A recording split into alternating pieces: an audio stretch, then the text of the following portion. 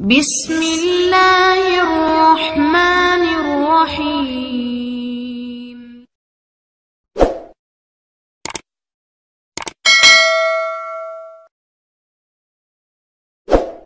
Dados tenggene lungguh teng napa? Tasyahud akhir, misalnya kue sila ya sah, gaya lungguh apa sah? Meskipun ya rada kurang ajar, mau salat arang-arang wae kok.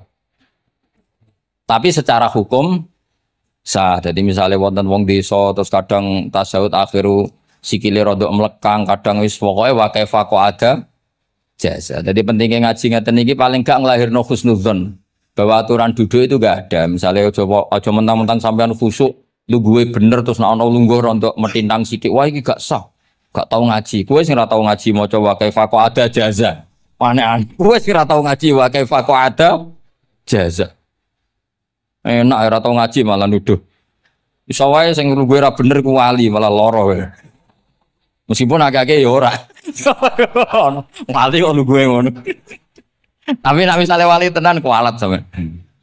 Wa kaifa ada jasa. Terus hukum itu penting.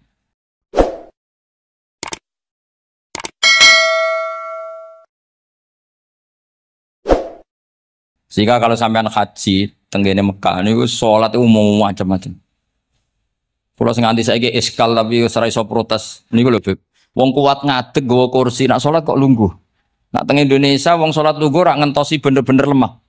Ning Arab gak kuat nggawa kursi salate lungguh. Engko nang ngarep iku sofa kosong, kursine digawa. Ya lungguh meneh. Batinku lho nggawa kursi ngalor idul kuat kok salate. Nak teng Jawa iku anggere ngape mati cek salat ngadeg. Kursi nenteng. Dadi ya kalau mboten ngerti nih. Ada lagi yang orang Arab, mungkin Arab Bedui. Itu kalau ada yang nelpon, itu teleponnya dijupuk. Jap, salim. Kalau kadang ditakoi, "Gus iku madzhab apa?" Aduh, ayo ketoke madzhab goblok ya. Apa disalahno iku wong Arab? Wong Arab ora disalahno iku. Akhirnya debat. Salim pirang huruf? Ya telu nak cara nahwu nggih. Shot, lame sitok kan tasdid berarti telu. Telu wis batal loro. Batal. Pas. Yo kok batal. Seru wae petes. Serepot-repot. Sementing sampean ngerti ya dados salat iku wa kaifa ada jasa. Dados ngerti ngaten iki niati ben husnudzon mbek umat Rasulullah sallallahu alaihi wasallam. Nek sampean gak ngerti ilmu iku gampang suudzon. Lungguh kok ngono ning dinggon salat tasyahud akhir lungguhe yo ngene. Lah lungguh yang dilakukan Rasulullah itu bayangan ideal, standar ideal tasyahud akhir duduke ya kaya Rasulullah sing ditirokno para ulama sampai guru-guru kita. Tapi ku tetep standar afdholiyah, standar utama. Tapi sakjane wa kaifa ada jasa. Jadi penting sanggep ae ben maring husnudzon. Di misalnya wong tasyahud akhir kok ambek swilo ngono wis. Anggap ojo tuh, aliran nih, ojo ngono sih. Iki bar ngaji menhajut tolibin lagi seneng-senengnya praktek ngono. Tapi ya rapati wali mesti wali kok kontroversi aneh-aneh. Itu mah umpama ngono, kowe aja langsung darani gak sah. Apa meneh nuduh aliran. Wis biasa wae, tapi aja praktekno nggih. Pokoke umume wong lah ben gak kontroversi. Tapi kalau ngadepi wong liya tetep kita keyakinan wa kaifa ada jasa dengan duduk gaya apa saja sah. Kados sing teng Arab yang gendut lho Beb nak salat kan sikile di slujungno. Mergo jajal tahiyat kados umume tiyang digeblek lho nate ro wong gendut nata wetenge kan gak iso. Dadi lungguh sikire ro bujul. Lah mergo jajal praktekno guling ten. Nah niku tabire ya wa kaifa ada jasa. Tapi angan-angan ya ora sopan, wong sowan pangeran kok ngono terus piye? Lah Pak ini baru kayak ngaji gitu terus wong niku ben gampang husnudzon ambek umat Rasulullah sallallahu alaihi wasallam. Mergi kita tuh gak mungkin bayangno donya ideal ora mungkin. Kok jeneng roh tiyang tawaf ngono semua macam-macam. Coba misalnya mboten enten pendapat Imam Malik sing darani batale wudu nyuwun sewu lamsu maknane jima. Madzhabe Abdul bin Abbas. Lah sampean tawaf ya mesti rasah, mesti kedemek wong wedok. Kedemeke wong ayu-ayu, kadang kowe ya gelem tenan. Itu satu-satunya solusi kita intikal napa? Mazhab. Oh, tetep ra iso ora kedemek. Wis aku ora ganteng lah tetep kedemek. Niat khusyuk iki tetep kedemek. Apa meneh awale wis rapati khusyuk. Lho kok wis wong khusyuke kedemek. Kula nate tawaf pas haji, kula haji tahun 2012 atau 13. Bar tawaf beb niku tok sak iku untuk bojone wong ya. Dadi dekne nyangka aku bojone dicekeli pundakku. Wong tawaf wong lanang kan ngomong kan dari belakang kan sama semua. Bareng terakhir didelok, lho, jebule ora. Piye gitu. Aku yo ora krasa wong lagi usul pangeran coba. Aku coba bayangno kok sampeyan terus krasa. Pangennya wong nih, pangennya wong nih. Mboten kula pas iku intenan eling pangeran tenan gak krasa ora sing nyekel. Pas niku lho bos terus ora pokoke pasti. Mergo iku beb tawaf kula nu setengah 3 esuk. Ya sak fase-faseke wong nek yamono wae eling pangeran to beb dadi pas khusuk-khusuk. Nganti ana wong nyekel iku gak keras. Bareng bar tawaf lho jebule wong wedok bojone wong. Wah matane wong. Mangane Quran nak ngelingno kita iku napa? Faman farada fihinnal hajja fala rafasa wala fusuqa wala jidala fil hajj. Jadi potensi fase iku malah pas haji. Fil haji fi iku ing dalem. Nah kok mboten sebuti teng Arab niku wong nak mboten haji iku wajahe ditutup nganggo cadar. Tapi nak pas ihram malah wajah wajib dibuka. Iku wis mari uji nyali tok. Kulo nate dikonco khusyuk. Khusyuk tenan nggih, khusyuk alim. Niku nate di kesempatan ngambung Hajar Aswad. Pas sampe ngambung, pas entuk detik ngambung, pas ana wong Turki wayu pas ngambung. Niku cerita teng kula, cara tak terusno Gus. Iku ora kena Hajar Aswad. Kena pipine cah wedok niku. Lha pangeran niku kok iso detiknya sama. Pas sampe ngambung, pas posisi Turki yo wayu. Niku wong alim eling ayune, ora eling Hajar Aswad. Bareng rezeki wae. Mulane Hajar Aswad itu ngenes, mulane jare Hajar Aswad aku dhisik putih. Gara-gara dosane Bani Adam dadi ireng. Mane kata yang haji nangis kan termasuk niku nyesal deh. Jebule wong sing rayu bojone tok wong nundune wayu kabeh. Sing bagian niku maksudnya. Dadi jan repot. Pangeran niku nguji ngoten faman farada fihinnal hajja fala rafatha wala fusuqa wala jidala fil hajj. Bener nak salat. Safasek-faseke wong pas salat iku mesti warung lanang-lanang. Salate ning masjid ngarepe wong lanang, pinggire wong lanang. Haji mboten. Masjid Haram, masjid paling suci sak donya, tapi iku uji nyali tenan. Kalau di kanca haji beb tiyang Magelang khusuke sak pol. Selawase ra tau salat jejer cah wedok. Niku salat jejer cah wedok sing disuci ti cah wedok. Nangis betul. Lah kula rapati khusyuk ya ora nangis biasa wae. Nangis. Lho sampean nek musim haji beb kan kredit. Dadi kanan kirine wedok ning ngarepe wedok. Dekne sujud gelem ra gelem kudu ning bokonge cah wedok. Sing cerita-cerita kitab lho, nak haji hujud iku ning bokong. Lha iku tebakan bokonge wong wedok. Nangis. Gus kula niku tiyang Magelang, sak urip-urip kula ora tau jejer wong wedok. Wong khusyuk. Katoke bakat dadi wali, katoke wong khusyuk. Nangis bar haji. Gus kula napa hajine mboten ditampi kok nate ngalami sujud. Aku khusyuk bingung kok ada wong khusyuk. Ngongkon istighfar ndekne ra salah wong kepeksa. Ngongkon nikmati wong khusyuk kok tak konem. Lho cara sing takok sampean. Aku mending gayamu. Jawabnya gampang, cara sing takok sampean jawabnya gampang ki piye? Paling gayamu apa? Iki sing takok wong khusyuk. Ya akeh sing takok sampean ngono gayamu iki. Sing takok nu tiyang khusyuk nangis tenan nyesel. Memang haji itu unik, makanya Allah ngikatkan fala rafatha wala fusuqa wala jidalu fil hajj ing dalem pas nglakoni. Mencen uji. Jidal kayak ngoten. Ono wae sing mari muring-muring.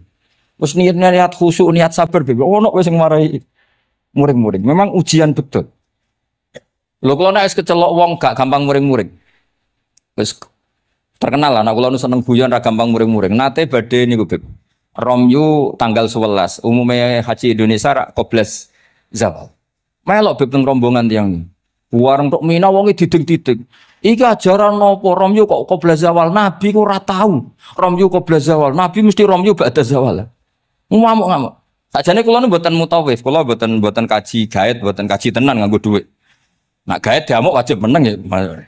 Engko iso di PHK nak kan. Akhirnya kalau ngomongin, akhirnya kalau dijono Pak Bak sampai sing ngadepi.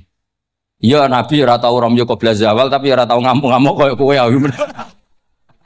Pangkelop. Lah ya Nabi ora tau romyo qobla zawal tapi ora tau ngamuk-ngamuk koyo kowe ya. Repot.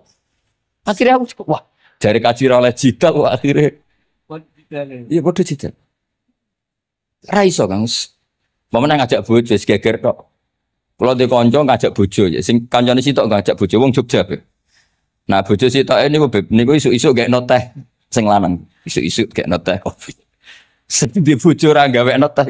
Wong wedok apike ngono mesti. Jawabe sing wedok. Lah piye ijolan.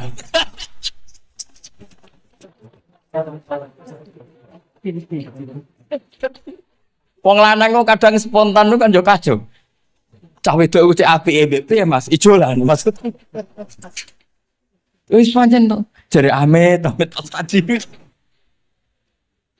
Ayo sapa sing kaji ora jidal, ben ora raine. Sing ngene iki lho. Mau aja ulama aja Habib iku wis gak mlebu kias sing umum-umum lho. Wes keangelan. Ono catering terlambat, wah ada saja yang bikin apa? Emosi.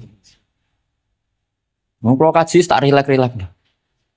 Tapi ya sono, ngono pidato ning Mina, macam-macam. Ribet. Nah, itu fil khat. Allah memang dari awal memperingatkan potensi maksiat itu justru fil khat ketika musim haji. Pemenang wais perkara dam macam-macam. Mun kalau terus nangis, yang penting kaidah teng salat wa kaifa qa'ada jaz. Kados wingi Imam Rafi'i dawaken salat sujud itu mau cukup watul jabha. Niku nggih guling-gilingan ben gak gampang suudzon mek tiyang lintu. Nah, kita piyambak ndak akan mempraktekkan itu. Kita tetap sujud melibatkan 7 anggota. Cuma nak ono sing ngono gak gampang suudzon. Wong bar ngaji minhajud talibin. Dadi ono gunane lah. Wa kaifa qa'ada jaz. Jadi duduk dengan gaya apa saja berstatus sah. Ya, duduk dengan gaya apa saja berstatus sah. Tapi saya ulang lagi, tentu kita tidak meraktekan itu. Kita duduk tasawuf awal gederekno para guru, tasawuf sani gederekno para guru. Cuma status hukum wa kaifa qa'ada jaza. Dengan duduk gaya apa saja sah. Karena kita tidak pernah tahu. Ana wong duduke mingkrang jebule mbok salahno, mbok takono jebule udunan kan ya ora ero. Salat kok model ngono ku model apa? Jebule wonge napa? Udunan utawa wonge bar digi panjen sikile ra iso diteko. Barang mbok amuk. Salat kok ujung-ujung bar gipan lho gipan. Kan ndak pernah tahu, makanya ini butuh perangkat hukum. Jadi wong alim butuh itu khazanah hukum supaya agama ini luas. Ad-dinu yusrun wala yusyadha hadatina ahadun illa ghalabahu. Yasiru wala tu'assiru basyiru wala tunafiru. Mun kula terusno. Wa yusannu lan den sunatno fil awali ing dalam tasawuf awal apa al-iftirasu lubu iftiras. Mun sampean ngerti niku. Fayajlisu ala ka'bi yusrahu wa yansibu yumnahu wa yadu atrafa asabihi lil qiblah. Wa fil akhir at-tawarruku wa waqal iftiras lakin yukhriju yusrahu min jihati yamini wa yulsiku warikahu bil ardi. Ini ora usah diterangno nggih karena apa? Ya sudah pokoknya seperti yang sampean praktekkan itu yang tasawuf awal jenenge apa? Iftiras, yang tasawuf tsani jenenge tawarruk. Ora usah diterangno malah di mana nih malah bingung sama. Wal asah yaftarisul masbuk wasahi. Nah, meskipun imam itu tasawuf akhir, masbuk tetap bergaya tasawuf awal karena masbuk tidak diakhiri salam karena dia nanti berdiri lagi. Nah, kalau sedikit mau cerita masbuk bahwa agama ini proses. Ya saya ulang lagi agama ini proses. Dulu para sahabat itu kayak cacilik Kudus, kayak cacilik Indonesia. Jadi dulu para sahabat itu kalau Nabi sudah rakaat ketiga atau rakaat kedua, niku takbir terus salatnya digebut. Digebut, wis kayak cacilik-cilik kita kayak cilik kan orang imam wis rakaat ketiga kayak takbir ngebut. Nah, engko bar ngebut nganti bar. Jadi imam rakaat ketiga kita tahu-tahu rakaat ketiga mergo nyelip. Engko imame salam ya melok salam. Itu kecerdasan itu tuh pinter. Dulu zaman sahabat ya gitu, agar Nabi rakaat ketiga sahabat datang takbir ngebut sampai rakaatnya sama dengan Nabi, Nabi salam terus ikut. Nah ditakoki Nabi wis pirang rakaat jong nggih 4 rakaat. Lah oke karek kok 4 rakaat, nggih gebut Nabi. Itu dulu gitu. Sampai ada Mu'ad bin Jabal, makanya disebut di antara spesialis fikih itu Mu'ad bin Jabal, ketika beliau karek sama Nabi, beliau ngikuti Nabi, kemudian Nabi setelah salam, beliau menambahkan rakaat yang kurang. Terus semenjak itu udah di syariat kalau untuk masbuk ngikuti imam, setelah imam salam menambahkan rakaat yang ditinggalkan. Terus dibakukan sampai sekarang. Dulu enggak seperti itu. Dulu sholat ya kenalan. Jenengan dalamnya pundi. Oh, belum. Ya pun tengah-tengah sholat. Jejer wong ora kenal. Jenengan tiang putih buat nate kertas kula tiang mriki. Nggih ngoten riyen. Gitu. Sahabat yang pun terpelajar ora roh nak ngono iku batalo sholat. Sampai setelah sholat Rasulullah Shallallahu Alaihi Wasallam matur inna hadhi sholat munajat. Sholat itu munajat dong yo. Nak omong-omongan mbek pangeran ae ora usah mbek Bani Adam. Akhirnya semenjak itu sholat ngomong mbek Bani Adam hukumnya batal. Sebelum itu ya enggak. Nah, makanya agama ini proses. Sehingga fiqh dakwah itu harus dihidupkan. Sekarang enggak orang langsung pakai fiqhul ahkam. Akhirnya umat ini melayu. Harusnya yang dimulai fiqh dakwah. Jadi dulu Nabi berkali-kali kecewa be umat itu, tapi Nabi ngempet karena prosesnya fiqh dakwah. Lho nate wonten tiyang niku nyuwun sewu, ijek di penggawean maling. Sowan Nabi di wis masyhur. Nabi mau ngangkat dia kowe salat. Ada sahabat yang nyuwun sewu rontok usul ning Nabi. Ya Rasulullah dia punya penyakit sering maling. Kenapa ndak kamu larang supaya tidak maling? Nabi jawabnya ngeten. Sayanha huma yakul. Nah dek neng kok salate wis bener ditampa pangeran kok mari-mari di. Itu termasuk yang diperkuat oleh ceritanya Habib Zain bin Semit dalam kitab Al-Manhajus Sawi. Ada orang preman agak suka malak orang gitu. Tapi nak sholat tenan. Tapi ya malak. Jadi contohnya ya kayak ora usah takok. Itu ya fase ku macam-macam preman ono ngegeng delok wedok ono delok dangdutan terus ono macam-macam. Tapi nak sholat khusyuk. Ada seorang wali yang mangkel iku gunane apa kowe sholat wong ijek fasik. Jawab orang tadi, sama siapa kalimatnya yang diceritakan Habib Zain. Ada'u lisulhi maudian. Saya tetap ingin ada alasan saya berdamai dengan Allah. Jadi aku nak pas maksiat itu kan hubungan saya dengan Allah kurang baik. Maka saya tetap akan menjaga 1-2 perilaku saya yang saya menjaga perdamaian dengan Allah. Istilahnya dalam bahasa Arab ada'u lisulhi maudian. Saya tetap punya sisi musolahah berdamai dengan Allah. Sehingga suatu saat mungkin Allah sang pas ridho, sholatnya dia makbulah, kemudian dia jadi wali. Makanya kita ini nggak pernah tahu Allah ridho pas kita apa, juga nggak pernah tahu Allah benci pas kita apa. Sehingga Raisa sampean muni apa gunane kaji nek isih lakuane ngono, apa gunane ngaji Minhajul Thalibin ora usah ngono. Saya pas sampean ngaji, pas ra paham, terus ridho mek kodok kodar. Wah diridani pangeran, wong kondang tenan, wong ra paham kok ridho mek kodok kodar. Sing paham ujug, wong goblok kabeh sing pinter akeh tok. Waduh, nyoro lek kula nang. Jadi kita tidak pernah tahu Allah itu meletakkan ridhonya di mana, meletakkan sustunya di mana. Wonten orang Khawariyin dalam cerita Ihya. Orang Khawariyin itu orang-orang hebat, wali-walinya Allah, pengikut Nabi Isa. Ono preman liwat. Si preman ini spontan melihat orang-orang soleh itu tertarik, langsung ikut gabung. Saya ulang lagi, langsung ikut. Si wali di antara Khawariyin ini ada yang risih. Aku terkenal wali kok jejer preman, risih dia.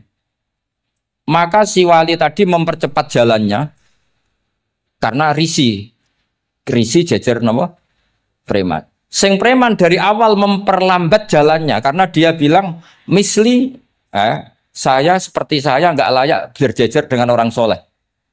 Intinya si preman menjaga kesopanan, si wali memelihara keangkuhan.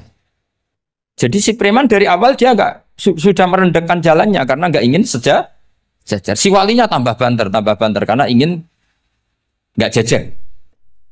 Allah saat itu juga menfirmankan ke Nabi Isa karena masih zaman nubuah, Isa liyas ta'nifa al-amala. 2 orang ini memulai amal dari nol. Wali ini tak hapus semua amalnya, preman ini tak hapus semua dosanya. Semuanya 0-0. Yang satu untuk barokahnya adab, yang satu untuk afatnya ujub. Jadi mulane dadi kiai koyo kula yo repot, nak ketemu fasik kok repot. Ape kancanan kok diamuk sampean rontok garis keras ngene iki. Gus kok kancanan wong fasik. Pira kancanan kok nang ujub. Mulane kula ora jelas ya perkara niku ngoten tak didono. Kenapa Gus Bak sikape ora jelas? Ya bawaane wong alim ora jelas, bocah kok kandhane angel. Dadi bawaane wong alim ora jelas. Tapi ora jelas e wae karena ape kancanan wong fasik engko kancanan wong fasik kok dadi syariat ya ndak mungkin. Sok suci ya ora. Makanya didawakan Allah laisa laka minal amri syai'un au yatsuba alaihim au wasu. Jadi wong fasik kok potensine di sepuro pangeran tapi ya potensi disiksa pangeran. Nah delok potensi di sepuro kita oleh ngancani. Nah delok potensi disiksa kita ora oleh. Masalahnya kita ndak tahu. Nggih, masalahnya kita ndak tahu.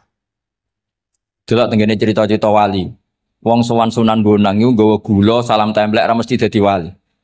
Kali Jogo sing kenale lewat begal dadi wali. Kali Jogo kenal Sunan Bonang pertama iku mergo napa? Begal. Kenalane wae lewat begal. Tapi malah dadi wali.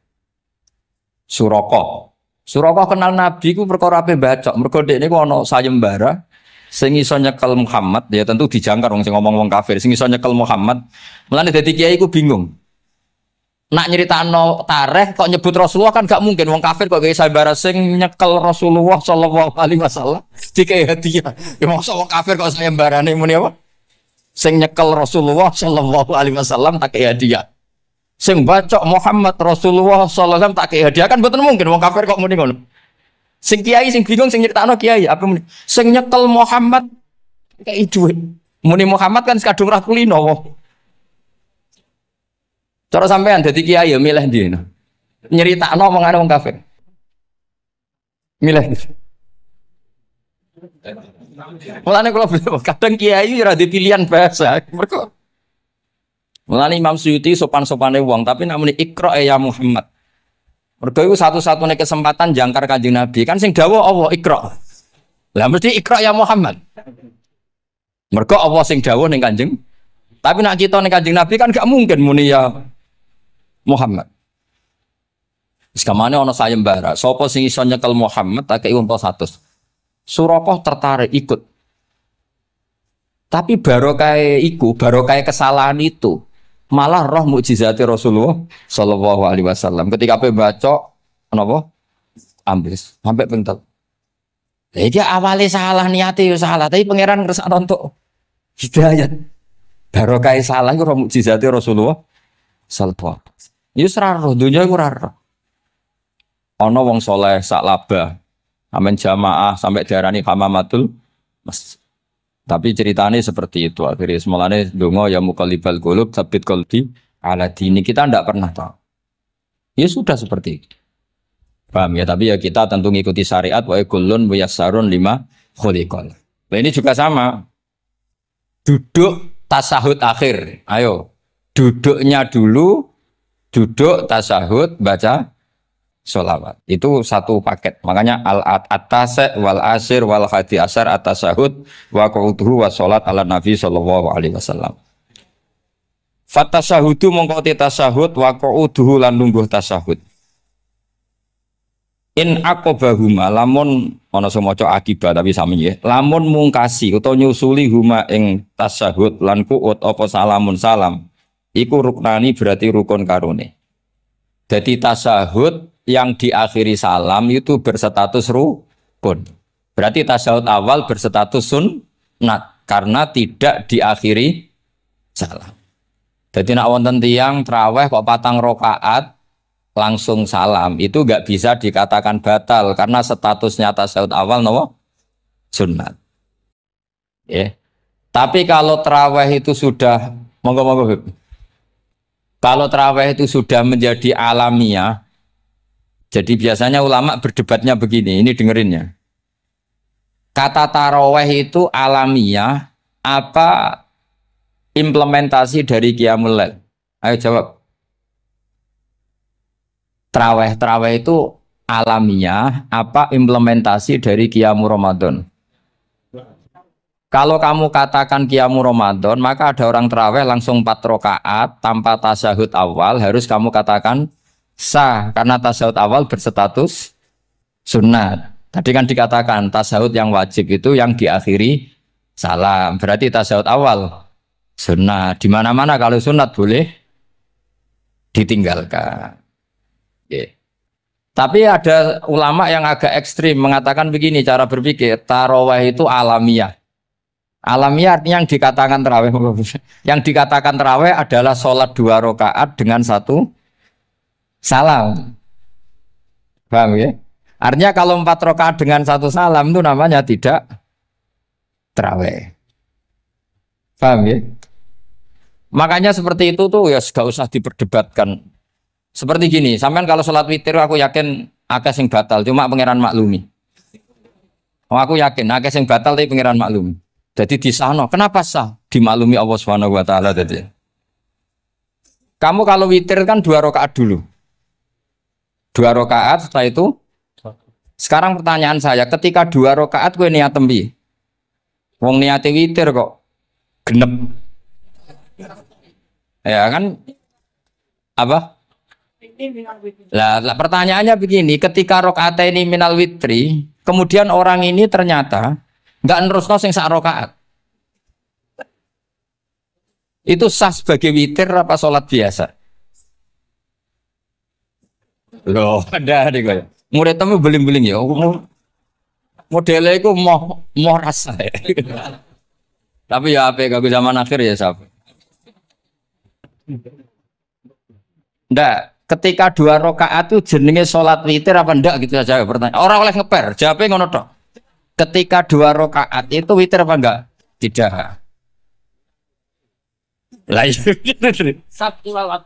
Lah ya ikut paket witir. Berarti niatnya sampean gini, ya Allah saya sholat 2 rakaat, ini paket witir loh Gusti. Makanya solu sunnatan rakaat ini minal witri. Jadi seperti itu kan bingung gitu. Nah sekarang begini, ndak ini latihan fikih karena saya pengajar fikih. Kalau ada orang sholat, ya saya ulang lagi ya. Ada orang misalnya begini, ada orang sholat, terus sarungnya itu pas sampai dengkul, sampai lutut. Kalau dia rukuk pasti jengking pupune ketok. Iku batalnya ngenteni wis rukuk apa mulai pertama batal? Enggak jawab saja. Apa? Ketika rukuk? Apa mulai berdiri sudah batal? Ketika rukuk. Awas selengin enggak ya? Enggak, ini undian berhadiah. Itu di Asbawan Nadzair itu ada pertanyaan gini. Lalu yang dikatakan sholat itu apa? Yang dikatakan sholat adalah satu aqwalun wa af'alun muftatahatun bitakbir muftatamatun. Nah, lalu ketika dia batal yang batal apa nih ya Pak? Wong dia belum berbentuk sholat. Berbentuk sholat itu kan kalau sudah absolut sampai salah. Yang batal itu apanya? Wong sholatnya erong kasil. Bingung tuh sampai mesti. Jadi makanya pertanyaannya itu apa ya? Fikih itu kadang ya sudah seperti itu memang angel. Makanya kalau kamu melihat perempuan itu di takrib itu melihat perempuan yang ajnabiyah itu haram kecuali untuk sekian hal. Termasuk mulang muamalah, ngopi dianggap muamalah, repot. Sekarang pertanyaannya, kamu ngopi demi melihat apa melihat untuk ngopi? Nggak jawab ya. Lah anak niatnya ngopi, mestinya kan brewok lah ya di ngopi ini kan itu. Cek bakule brewok, cek bakule komisen. Nah yang kira-kira agak haram itu mesti begini. Saya sama Habib Ali jalan ke Jakarta terus ngantuk ngopi. Kebetulan bakule ayu insya Allah halal karena orang niat. Nak sampean kan gak hafal. Oh sing pojok kono wae. Wah itu mesti haram itu tak jamin itu. Goblok ngopi kok ning kene nang kono wae. Kalau saya sama Habib Ali enggak. Jadi ya melaku-melaku ngantuk ngopi. Kebetulan bakule ayu. Ya terus mungkin wong soleh ya cepet ya ini bahaya ini. Apa sumat soleh ya gitu kalau enggak pas wah cocok ya. Lah mulai ngomong cocok itu masalah kan. Makanya pertanyaannya itu yang halal itu nazar li taklim apa taklim li nazar? Apa? Nazar, boleh kue semuni. Jadi itu masalah-masalah. Makanya kalau berteman orang fasik itu hati-hati ya. Kalau itu kamu lihat umatur Rasulullah Shallallahu Alaihi Wasallam yang perlu kamu selamatkan, yang perlu kamu bina, jenenge tarbiyatul fasik, membina orang fasik. Tapi kalau kamu memang bermental fasik, ini namanya mualah, berkawan sama orang fasik. Itu hukumnya langsung rubah. Kalau mualah ya haram, kalau tarbiyah sunnat atau bahkan wajib. Lah takok bedane piye Gus? Ya takok awakmu. Ya sudah seperti itu nggak ada jawabannya sudah. Sengko nang akhirat fayunabi hukum bima kuntum tak malun. Sengko apa piyambak sing apa menghisap. Kalau semua yang dilakukan Nabi itu menjadi syarat sah, maka nggak akan pernah sah romyu qoblas zawal. Tapi sekali bersayyid Muhammad ulama seluruh dunia itu ya biasa romyu qoblas zawal. Dan mentakwil apa yang dilakukan Nabi itu libayanil afdoliyah untuk menjelaskan keutamaan. Contoh lagi misalnya semua ahli tareh sepakat ketika Nabi tawaf itu tofa rokiban, terus pas tawaf ini naik onta. Kalau yang seperti ini tuh libayanil jawas untuk menjelaskan kalau tawaf naik itu sah. Dan sampai terus darah nih syarat saya tawaf kudu naik Ka'bah kredit terus nganggo balapan Vespa paham ya? Nanti koyok teletabis nih cek tua. Mereka oleh numpak terus ngicek nom-nom numpak apa? Itu skuter. Ini bukti bahwa tidak semua yang dilakukan Nabi itu bukti sebagai syarat sah. Kadang Nabi ngelampaui sesuatu itu ya kadang wajib, kadang sunat, kadang mubah atau jawas. Itu ranahnya ulama yang membeda-bedakan itu. Begitu juga misalnya Nabi tawaf. Kadang ngendikan labbaik Allahumma labbaik labbaik. Yang enggak pernah ditinggalkan adalah tawaf 7 kali putaran. Itu yang enggak pernah ditinggalkan. Tapi kalau ngendikan labbaik kadang ngendikan, kadang enggak. Kadang doa, kadang enggak. Berarti berstatus sunnat. Nah itu ulama yang tahu. Ya itu ulama yang tahu. Nah di antara ulama itu tentu Imam Nawawi. Yang hampir semua alawiyin, semua ulama pakai kitab Minhajut Thalib. Terus niki penting kula aturaken kersane aja sithik-sithik muni sunnah Rasul sing piye. Sunnah itu maknanya perilaku atau tidak lampah. Lah tidak lampah Nabi ku kadang wajib, kadang sunat, kadang yang repot kadang khosois. Misalnya Nabi nikah songo, ora oleh sampai niru Nabi. Wah, yang repot. Bojo sitok itu melayu malah. Aneh-aneh. Terus sunai Nabi ku nak sholat tahajud itu nganti sikile aboy sakit Habib Ali ya enak kayak gitu. Wong putune kira-kira ora kuat meneh kula tambah ora kuat. Ya pokoke ben Nabi sing bangsa abot-abot ku ben Nabi. Mergo termasuk khususnya Nabi niku diwajibno pangeran tahajud. Jadi tahajud sing sunat kanggo umat, kanggo Nabi niku wajib. Jadi khususnya ora fasilitas tok, nyuwang khususnya fasilitas tok. Kadang khususnya niku sing ora wajib kanggo umat, kanggo Kanjeng Nabi wajib. Termasuk Nabi niku wajib napa? Tahajud. Jadi Nabi niku nak boten tahajud ngrasa dosa. Nak santrine tenang mawon, boten ngarah wajib tak jamin boten ngarah wajib. Paham ya, terus. Nah setelah sallu kama ra'aitumuni usolli ada penjelasan. Misalnya Nabi berdiri, itu hukumnya kayak apa? Ini wajib. Nabi baca Fatihah wajib. Kalau baca suratnya, kadang baca, kadang enggak, berarti enggak wajib. Begitu seterusnya itu cara analisis ulama. Pun kula terusaken nggih. Atasiu te kang kaping 9 wal asyiru lan kaping 10 wal hadi asyara lan kaping 11. Iku at-tasyahhudu iku maca tasyahud. Ini ku kalimat asyhadu alla ilaha illallah wa anna muhammadar rasulullah. Wa qu'uduhu lan lungguh tasyahud. Ya dados tasyahud, lungguh tasyahud wa sholatu lan maca sholawat ala nabi sallallahu alaihi wasallam.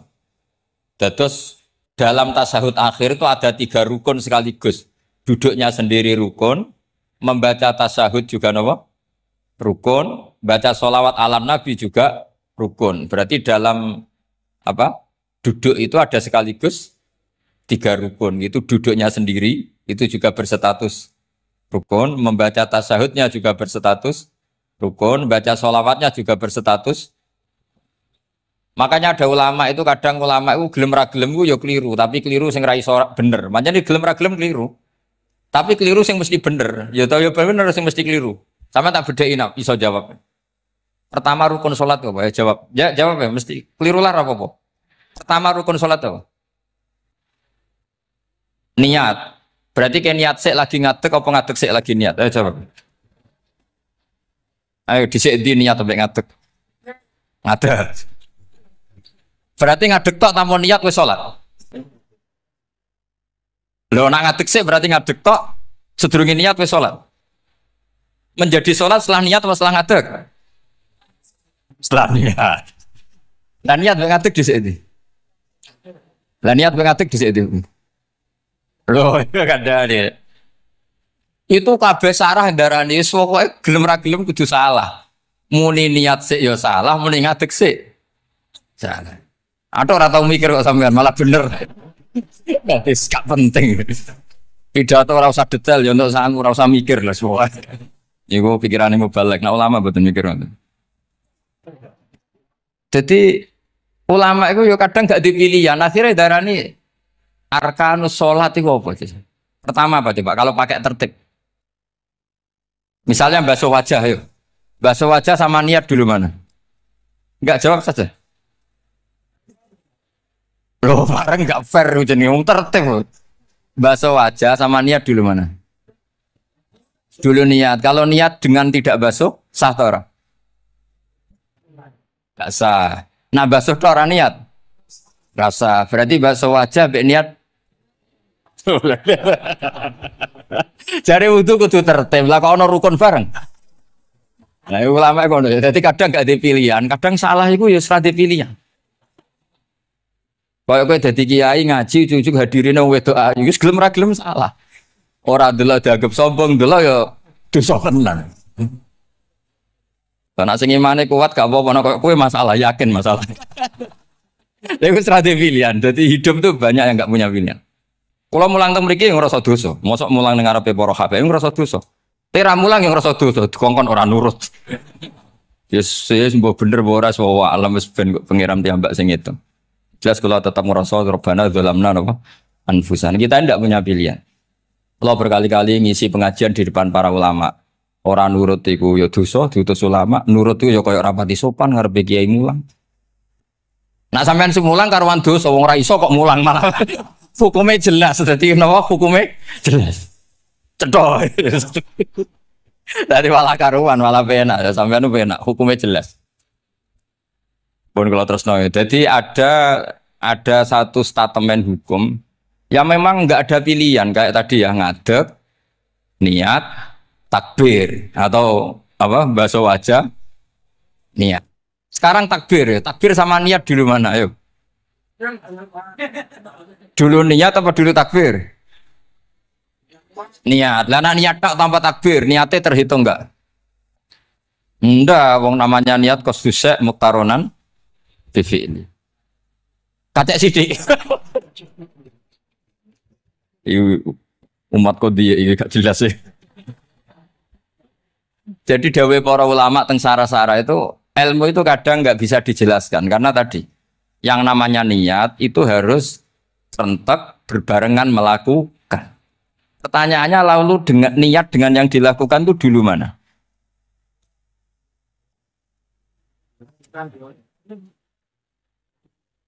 Pokoknya berarti apa ya? Takbir, ngadeg, niat, takbir. Lah nek kowe kepen tertib yo ngene niate usolli fardhu zuhri jek lungguh. Bariku takbir setengah urung ngadeg. Lagi nomor telu ngadeg. Takoki gurumu, lho kok lagi ngadeg? Kan nomor telu, Pak. Jadi memang nggak ada pilihan. Jadi dalam hidup itu kadang nggak ada pilihan. Makanya aku ora usah sok suci. Hidup itu nggak ada pilihan. Misalnya kalau saya ditanya, bina wong fasik itu penting nggak? Penting. Tapi kancanan wong fasik ku haram, mari katut. Kowe kancanan wong fasik ku haram, mari katut fasik. Ti ngembarno wong fasik umat Rasulullah yo haram, umat Nabi kok mbarno. Kancanan yo haram ngembarno. Haram. Lah terus piye, Gus? Ya ora piye-piye. Ayo saiki misalnya kowe ngembarno wong ayu tiba ning dalan, haram to ora? Haram. Terus mbok gendong, haram to. Hidup itu tidak banyak pilihan. Jadi dilema dari guru-guru dilema. Makanya apa ya seperti itu istafti kolbak takok natimu. Motive nulung iku nulung apa sahabat? Ya sudah seperti nggak ada pilihan. Motivem kancanan wong fasik iku mergo enak kancanan wong fasik. Delok dangdut pantes apa ya pantes. Apa motifmu didik? Ayo rata-rata ke kancanan fasik motifmu didik apa enak kancanan fasik? Enak. Haram berarti. Ya seperti itu. Memang banyak sesuatu yang apa? Makanya banyak ulama ngendikan banyak perilaku duniawi yang menjadi amal ukhrawi karena niat. Juga sebaliknya banyak perilaku ukhrawi yang akhirnya menjadi duniawi juga karena niat. Makanya niat itu diatur sedemikian. Kalau terus nol. Kultu al-asoh ad-dom. Terus sing donga sing diwaca teng tasyahud nggih kala waca bismillahirrahmanirrahim. Qultu al-asoh wa anna Muhammad Rasulullah sabata fi sahih Muslim wa alam wa aqallu salat ala Nabi sallallahu alaihi wasallam Allahumma sholli ala Muhammad wa ali wa ziyadah ila hamidum majid tumeka maring hamidum majid. Berarti kados kita napa wa sholli ala sayyidina Muhammad wa ala ali sayyidina Muhammad kama shollaita ala sayyidina Ibrahim wa ala ali sayyidina Ibrahim terus sampai fil alamina innaka hamidum majid. Dan ini sebagai penutup kalau badhe cerita kalau ada kitab namanya Hasyiatut Turmusi. Hasyiatut Tarmasi atau Turmusi ini karangannya Syekh Mahfud Termas. Beliau adalah murid Sayyid Abi Bakar apa? Syato Sohibul Li'ana. Terus guru dari Basim Asy'ari. Beliau teman dekatnya Habib mbahnya Habib Anis. Berarti Anis bin Alwi bin Ali. Jadi temannya Sohibu Sing Tiduror. Itu beliau cerita tahiyat itu adalah perwujudan dari dialognya Allah kalian Kanjeng Nabi. Terus ketika Kanjeng Nabi dugi Sidratil Muntaha, ya, ketika dugi napa? Sidratil Muntaha Nabi maos napa at-tahiyatul mubarakatus sholawatut thayyibatu lillah. Mun Nabi mandek terus dijawab kalian Allah assalamu alaika ayyuhan nabiyyu wa rahmatullahi wa barakatuh. Allah mandek terus Kanjeng Nabi niku mboten kepengin saking senenge teng umate bahwa kebahagiaan itu hanya untuk beliau. Saking sayangnya teng umate. Terus ditambahi assalamu alaina wa ala ibadillahi sholih. Jadi niku barokah syafaat Rasulullah sallallahu alaihi wasallam. Jadi sakjane saking Allah namung assalamu alaika ayuhan nabi hanya untuk Kanjeng Nabi. Tapi Kanjeng Nabi carane nego. Ampun nek Gusti niki umat kula wong kudus kathah ngono dadi kira-kira ngono dadi ya pangeran ya dinego ampun nek Gusti niki ditambahi assalamu alaina wa ala ibadillahi sholih. Niku sami kalian wala saufa yu'tika rabbuka fatardo. Muhammad kamu akan saya kasih nikmat kemudian kamu puas. Jawabane Kanjeng Nabi napa? Fa wallahu la ardo wa wahidun min ummati finnar. Kula badhe jenengan puas no Gusti, saya ndak akan puas selagi satu umatku min ahlil ijabah min ahli tauhid masih di neraka. Karena kados kula yo bingung, mbek wong fasik yo bingung, ape gedeng umat Nabi, ora gedeng umat sing kumat. Ora tau waras. Yo bingung tenan ngadepi wong fasik ku. Gedeng piye-piye iku umat Kanjeng Nabi. Ora gedeng sing ngerusak tatanan yo wong iku. Sampeyan milih gedeng apa milih seneng? Nah sampeyan jelas kan akeh sing akrab. Sing bingung kok wong soleh ku bingung. Lho nek wong soleh kan penak kan cara fasik santai wae, pancen bagian dari itu. Bingung so. Ulama ra bingung ya rapati ulama. Mergo jajal sampean misalnya ngadepi wong fasik bingung. Ora mbok bina, engko ya disalahno pangeran. Mbok bina kadang yo kakuwati wong uteke sira. Pokoke angel urip iku angel. Lho nak Kanjeng Nabi karwan pinter ana diwarai pangeran. Sampean sing mari sapa? Curang yo. Tapi yang penting dari itu kita tahu bahwa hubungan wong fasik mbek wong soleh atau wong soleh mbek wong fasik, sing jelas dalam adatu Rasulillah itu tidak hubungan kebencian. Itu yang sampean harus catat, tidak hubungan kebencian. Wong Nabi sering donga Allahumma hdi qaumi fa innahum la ya'lamun. Bahkan Nabi nate ngendikan syafaati li ahlil kabair min ummati. Sakniki mboten saleh sithik ambek wong fasik piye denge ra karo. Kok ambek wong fasik, ambek sing wong tahlil lho gedhe. Mergo beda mazhab. Ambek wong sing beda pendapat iki gedhe. Ini ku mboten enten sanate, hubungannya ndak boleh seperti itu. Hubungan bainana wa bainal mukminin adalah at-tawaddud, saling mencintai. Ya soal mangkel ya bawaan manusa lah. Jenenge berarti pisau iku ya mangkel. Duit dikemplang ya mangkel. Ya wajar lah mangkel sekadarnya. Tapi kita tetap menaruh empati bahwa sosial seperti ini tidak terus-menerus. Bisa saja suatu saat dia soleh sekali, dia menyaur semua uang yang dia bawa, bahkan melipatkan, tapi bukan karena riba, melipatkan kesalahannya menjadi kelipatan kebaikan. Lo kata lo, tiang niku fasik, ketika soleh itu kesolehannya terus over, mergo ngodoi fasik. Sampai kiai itu ya bingung beb nak didolani wong mualaf. Mergo dekne Islam anyaran ya, terus salat itu qobliyah ba'diyah, tahajud duha. Sampai kiai niku isen mergo wis suwi ra duha rata. Kiai ono wong fasik tobat ra isen beb rata-rata beb. Isen mboten. Isen biasanya ibadahnya lebih. Ya, jadi kiai kan saking suwine ibadah. Kalau kula kan mulai cilik Gus, wis biasa salat iki. Ketemu wong lagi tobat. Qobliyah, ba'diyah, duha. Nak Jumatan mangkat jam 11. Terus bingung kan? Kene men Mas bukan. Mulane santri agar ono ibadah tenanan, oh anyaran niku perkarane mangkel kalah napa? Saingan. Serepet. Wis pancen yo repot urip-urip. Angel ngadepi donya nu angel. Wow. Tapi Rasulullah itu kayak apa? Hubungannya ngendikan Allahumma hdi qaumi fa innahum la ya'lamun. Ketika sama orang fasik malah Nabi ngendikan apa? Syafaati li ahlil kabair min ummat. Syafaatku iku iso nulungi wong umatku senajan to dosa gedhe. Ya tentu ora kok terus dadi syariat. Ngono dosa gedhe oleh nggih ampun ngoten. Nek dosa gedhe sul khotimah taqabbalallahu minna minkum aneh-aneh. Cuma niki kula cerita, kebencian sama orang-orang sana, orang-orang seperti itu tidak sunnatur Rasulullah sallallahu alaihi wasallam. Sunate Nabi niku nek ana wong fasik iku didongakno dibina. Mergo piye-piye iku umate Kanjeng. Masyhur kan ada sahabat itu namanya Abdullah. Ya Abdullah iku nganti wong lali jenenge nak Abdullah niki teng Bukhari. Wong nyeluk iku khimar saking nakale. Niku senengane mabuk. Lucune ndekne mabuk nang terminal gak gelem. Ning alun-alun gak gelem. Nak mabuk senengane masjid Kanjeng Nabi. Dadi kadang wong saleh yo lucu. Kiai iku gak enak. Tapi kok sing dibodoni ya kiai. Mulai dhisik wis ana ngono iku. Dadi ora para kiai iku ora kepenak padahal fase. Engko tapi sing dibodoni yo kiai. Singkat cerita nak bar mabuk Nabi ya dijilid. Dijilid itu diberi sanksi lah. Binial itu sandal atau apalah wa atrofis siap.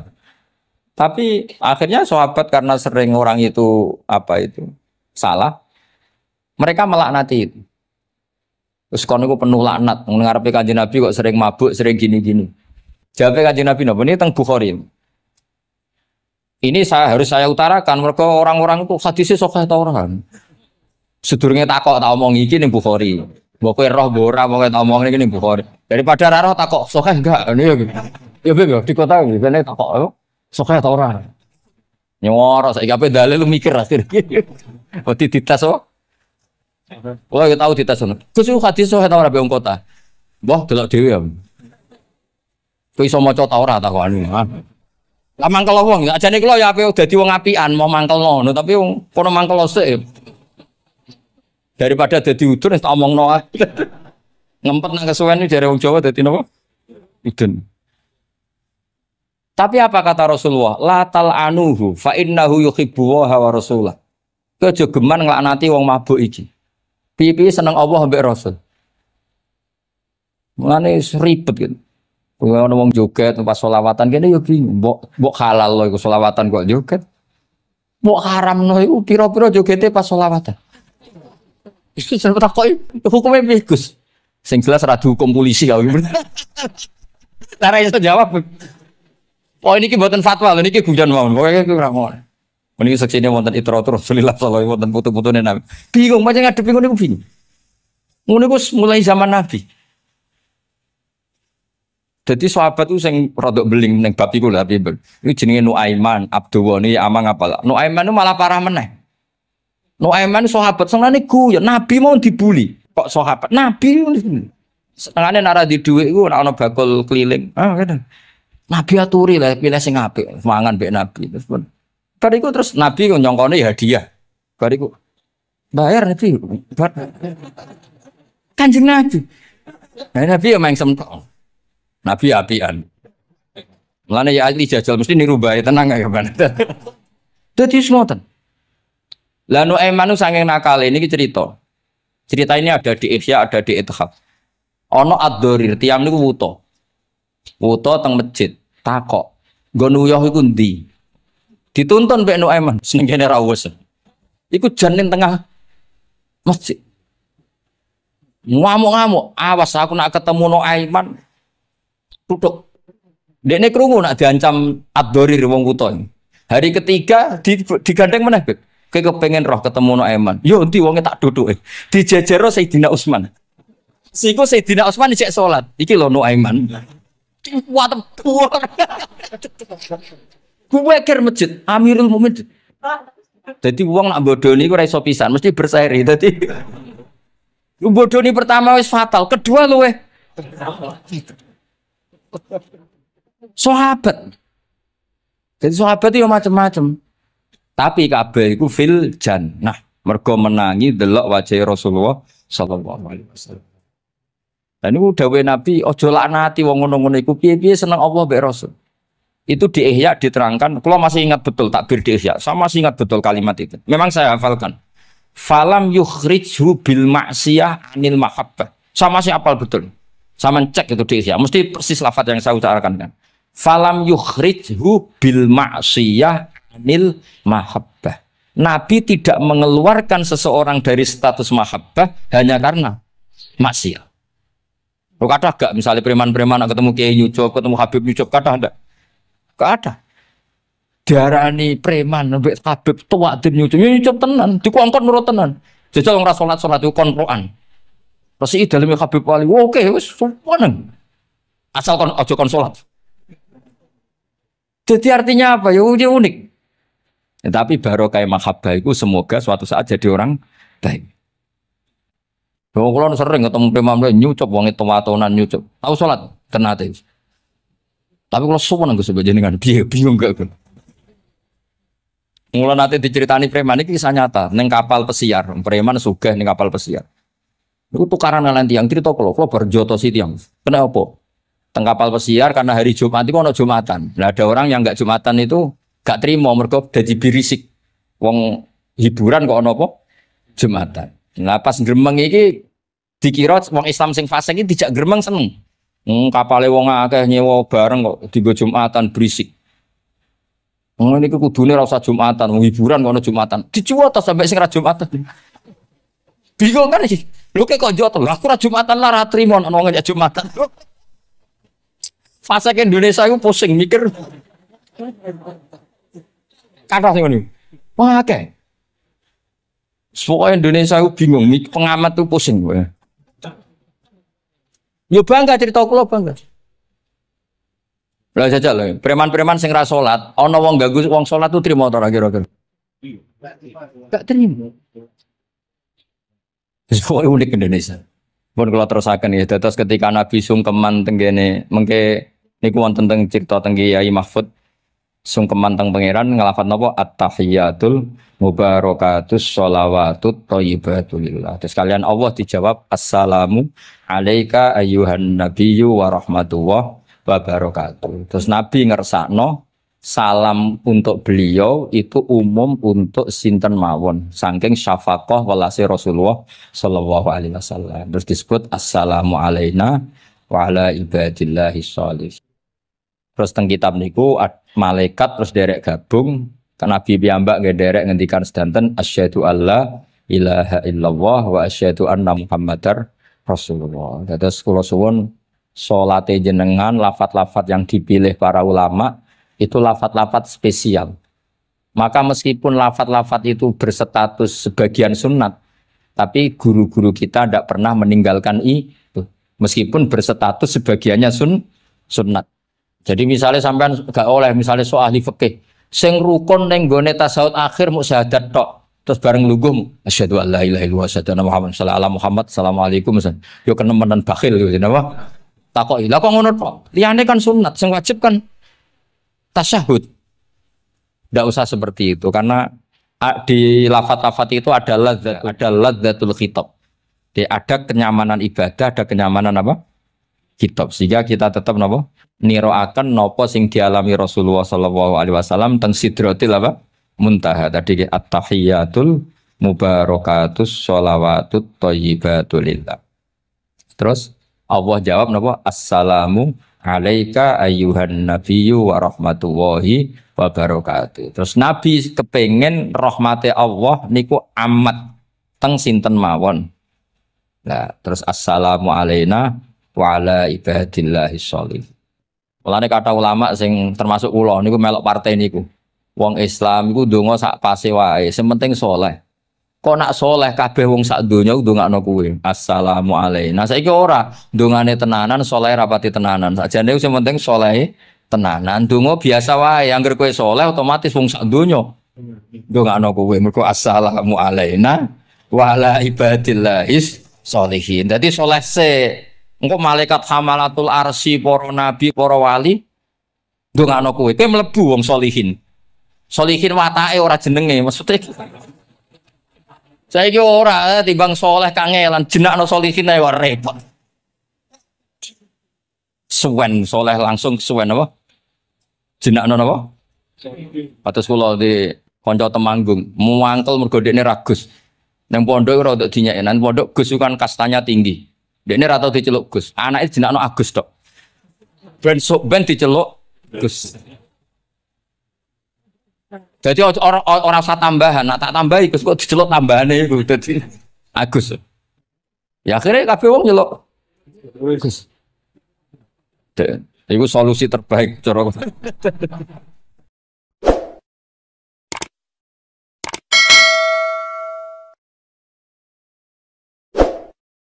anu arham, lebih kasih sayang. Saya ini termasuk orang dekat Allah barokah imanul arab. Saya itu sering baca hadis dan saya yang tiru itu imanul arab. Iman yang Gunung Kidul, wong Jogja, wong Madura, pokoknya imanul arab. Karena lebih vulgar, lebih ngawur. Dan ngawurnya ini nak ikhlas, itu pengiran tertarik. Tapi ikhlas syaratnya. Syaratnya apa? Ono wong desa itu takok Kanjeng Nabi ngene. Iki kena mbok tiru kan. Tak ijazah iki wis. Khusus wong kriting.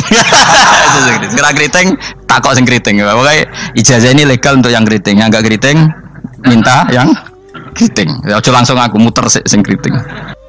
Ya Rasulullah, nanti yang ngisap saya itu siapa? Yang ngisap yang menghisap amal itu siapa? Allah. Baguslah kalau gitu. Kanjeng Nabi kok kaget. Saiki kok baguslah Gusti gitu. Kenapa aja? Selama ini kenangan saya sama Allah itu baik-baik saja. Aku wong desa ya tetap dikeimangan. Padahal aku ora pinter golek rezeki.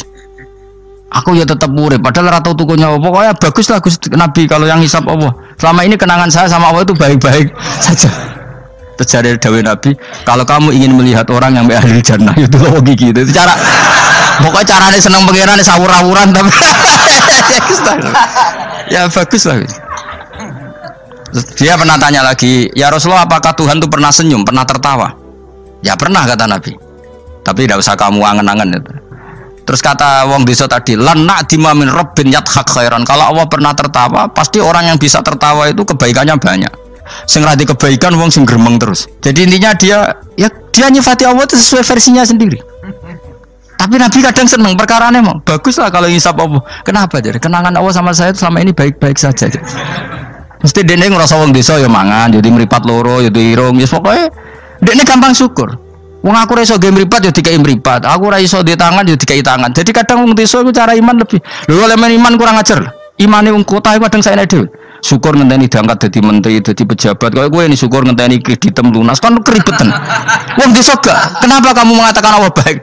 Ya Rasulullah, aku ora tau kepen di mripat ya dikai di mripat. Ora kepengin di tangan ya dikai. Selama ini baik-baik saja. Jadi dia ngukur peparing meripat tangan orang jabatan gak? Cocok kok ambek imane wong bedu-bedu ini. Tangan kan ngaku kadung duwe. Mripat yo kadung. Nimbang bayangno dadi merenti kan repot. Bayangno ngalim mung tambah repot meneh ngono. Jadi apa ya? Makanya Rasulullah itu kadang suka sama wong desa. Wong desa itu Nabi ngendikan aksaru ahlil jannah al-bulu. Aki-aki penduduk swarga itu al-bulu wong goblok-goblok. Wong goblok luwih gampang syukur. Cari bangun kalau cek yang ditan. Aku kadang iri ambek wong goblok. Tahu bangun zaman masih kiai anyaran. Itu rombongan wali. Ning tanjakan bisa macet. Iku bangun karena orang pengalaman wedi nak rime blong piye. Iku wong desa tuwenang pas macet di handrem itu tuwenang. Semangan jajan teman jajan santai. Kita kok beblak kok santai iki nak gludung piye. Pun dipikir super bah.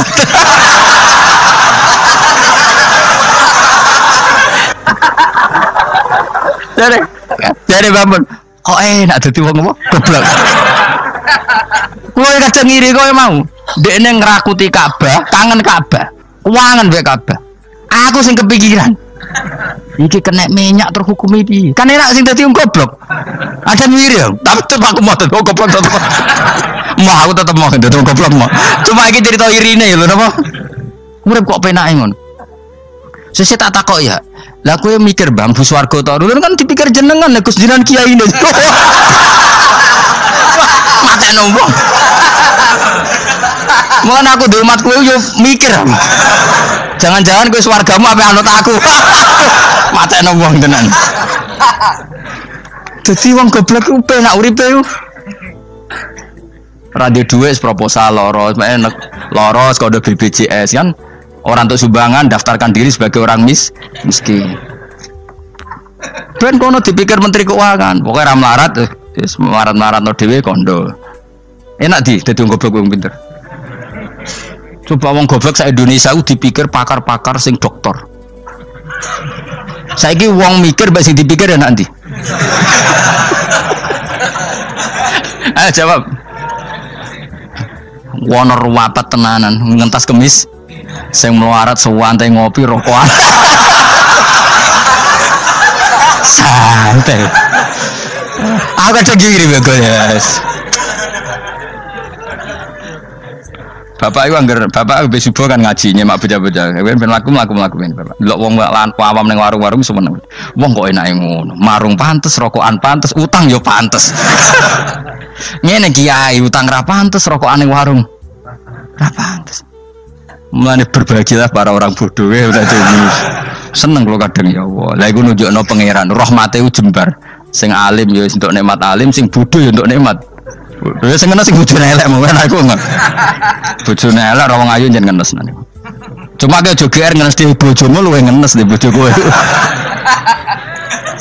Lah iku sesama ngenes ra usah saling kritik. Nampa kodok kodar napa? Napa kodok. Ya bae kula suwun pokoke urip ning donya sing seneng. Nek iso seneng, iso seneng. Mergo seneng sifate para wali ala inna auliya Allahi la khaufun 'alaihim wa lahum yahzan. Para wali itu sifat dasarnya enggak pernah rasa takut, rasa susah. Mergo susah itu tetep nak mbok terus-terusno iku dadi ra rido mbek kodok. Kula nggih sebagai manusia kadang nggih susah. Kadang nyun sewu ya kadang pas ibu gerah, saya sendiri kadang kurang sehat macam-macam. Tapi aku reling ibu gerah berarti gerah aku nambahi ilangi dosa, nambahi aku hormat ngerumat ya ibadah, sing loro ya ibadah. Wis angger ngono seneng wis. Kayak aku ngrumat kowe mangkel asline. Tak ulang mulai 2000 piro kok perkembangannya ngene-ngene wae mulang. Mulang mulai 2005 coba perkembangannya piye jen. Iki lho seksine santri awal iki. Apa terus coban dadi kiai kan yo ora. Ora perubahane Mustofa Bero kan. Tak takok-takokno iku ya tetep ae. Kowe terus dadi khotib gak? Gak ono ya, gak ono perkembangan. Cara nuruti sebagai guru mangkel.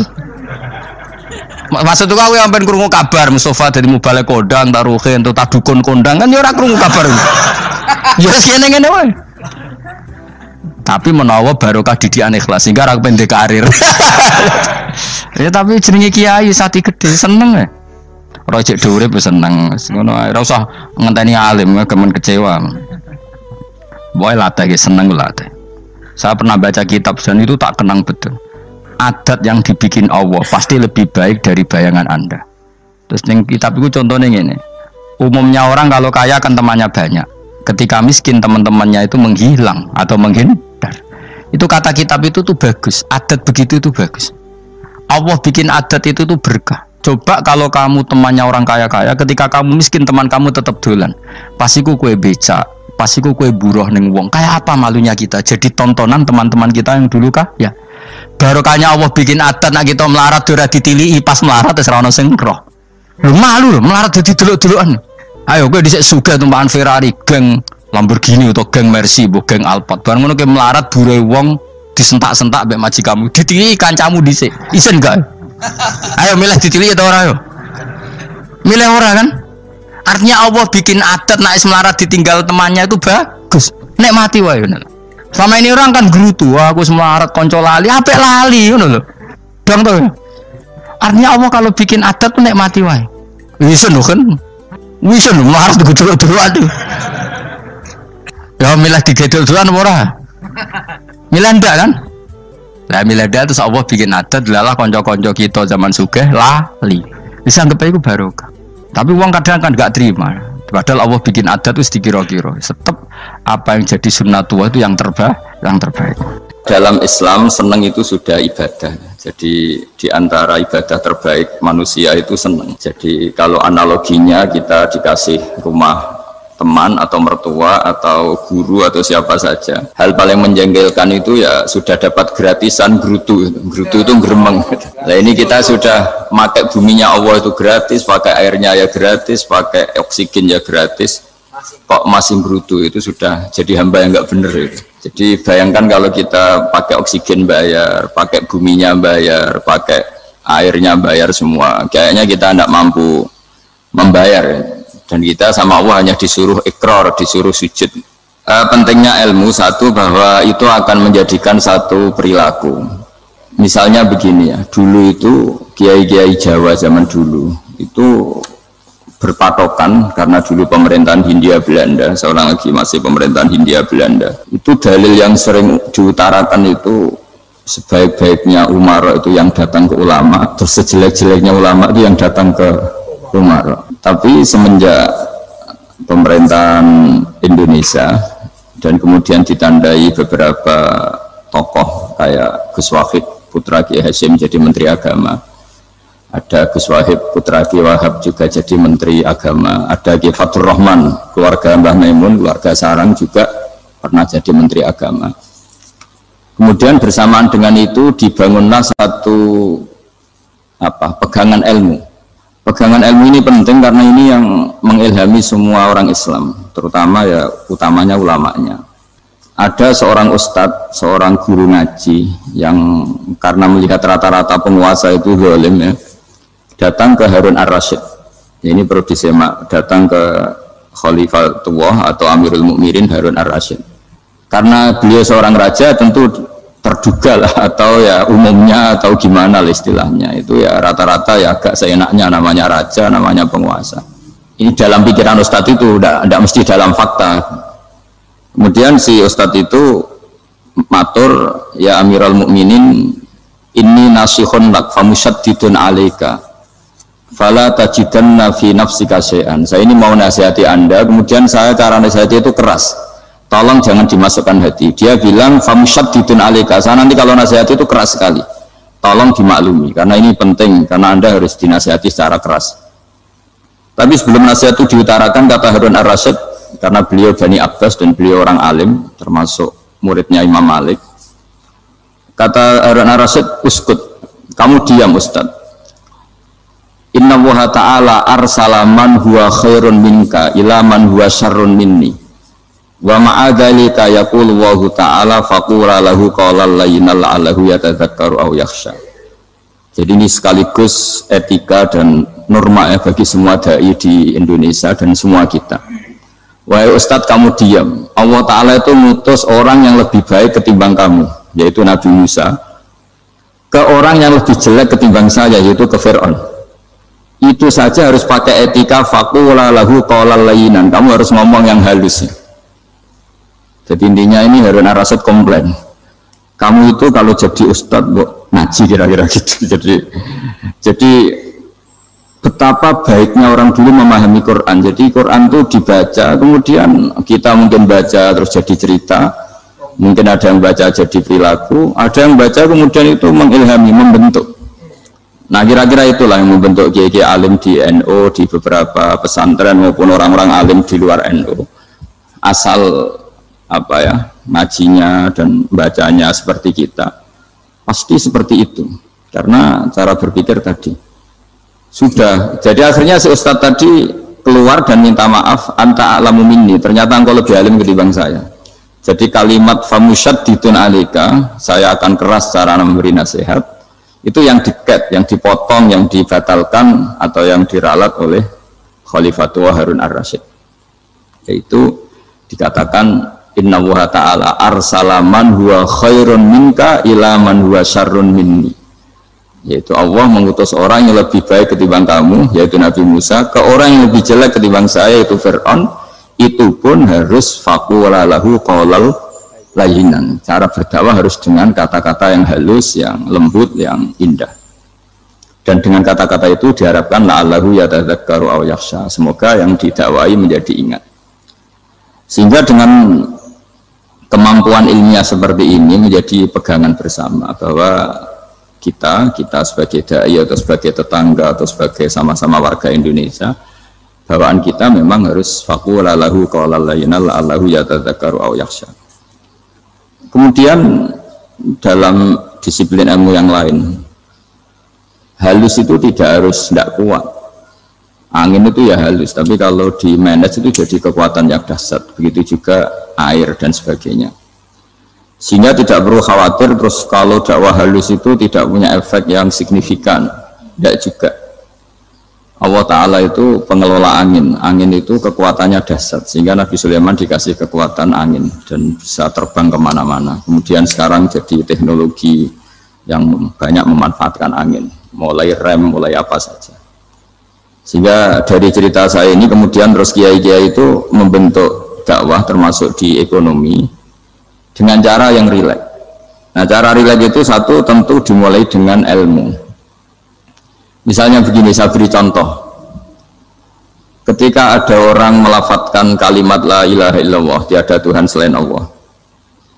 Kemudian kalimat ini mungkin kalau orang NU baca itu rutin ya, karena kiainya kelamaan ya yang ikut sambil tidur ya. Kalau tahlil itu disebut kiai tertentu itu mesti yang belakang wah suwi itu kalau kiai itu lama itu. Nah kiainya juga karena jadi lakon ya kan lebih semangat karena pegang mic. Biasanya gitu di NU itu, kalau khotib mesti semangat karena pegang mic, yang dengerin mesti ngantuk karena monoton gitu. Karena yang mendengerin sudah tahu pasti nyuruh baik meninggalkan yang jelek, jadi ilmunya sudah disimpulkan dulu. Setiap yang tidur di masjid mesti tak tanya kenapa tidur, ilmunya tidak ada perkembangan, Gus, nyuruh yang baik meninggalkan yang jelek. Tapi kalau ilmunya agak ada perubahan kan dengar semua pasti nyuruh yang jelek meninggalkan yang baik. Karena watak manusia itu agak-agak suka fitnah, itu suka geger. Tapi kalau monoton itu mesti enggak itu.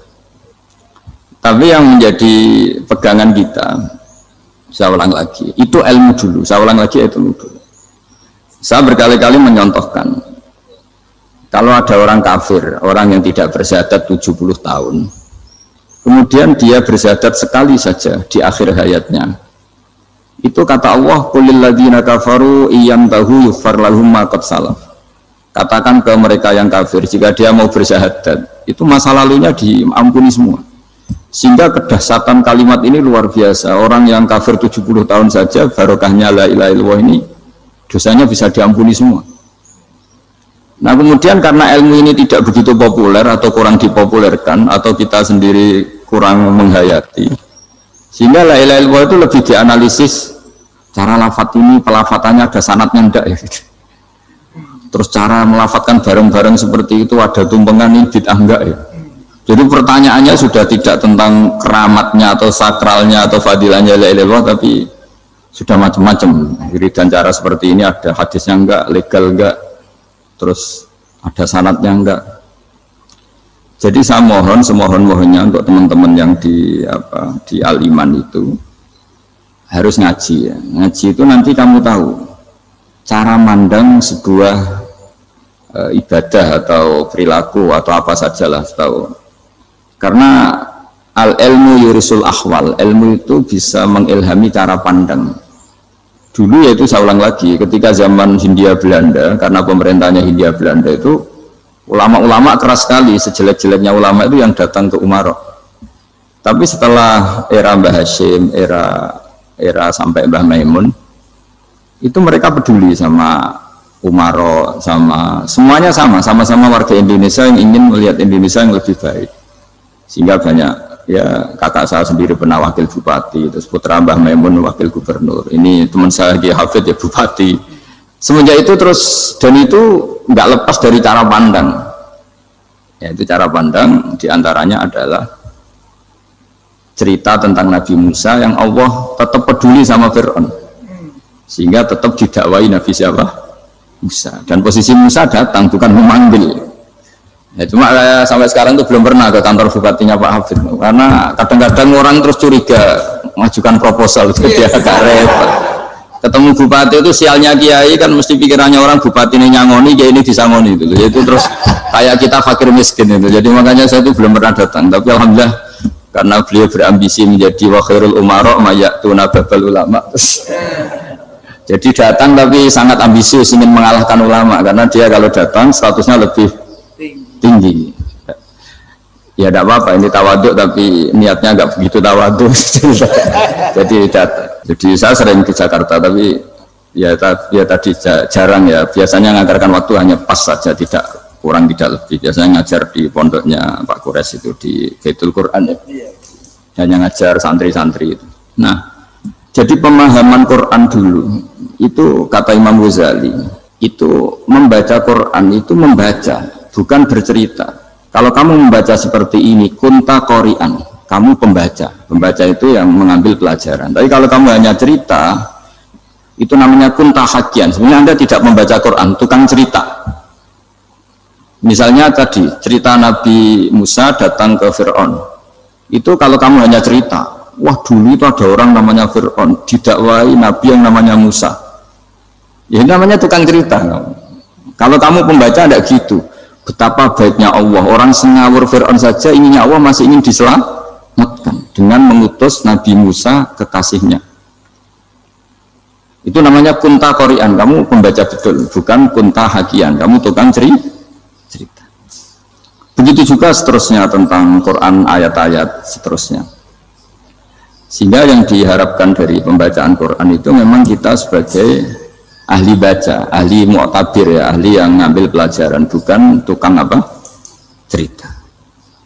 Sehingga dulu ketika Sayyidina Umar radhiyallahu anhu ketika membuka Baitul Maqdis atau Baitul Muqaddas dan diajak syukuran, pesta-pesta makan itu, beliau nggak mau.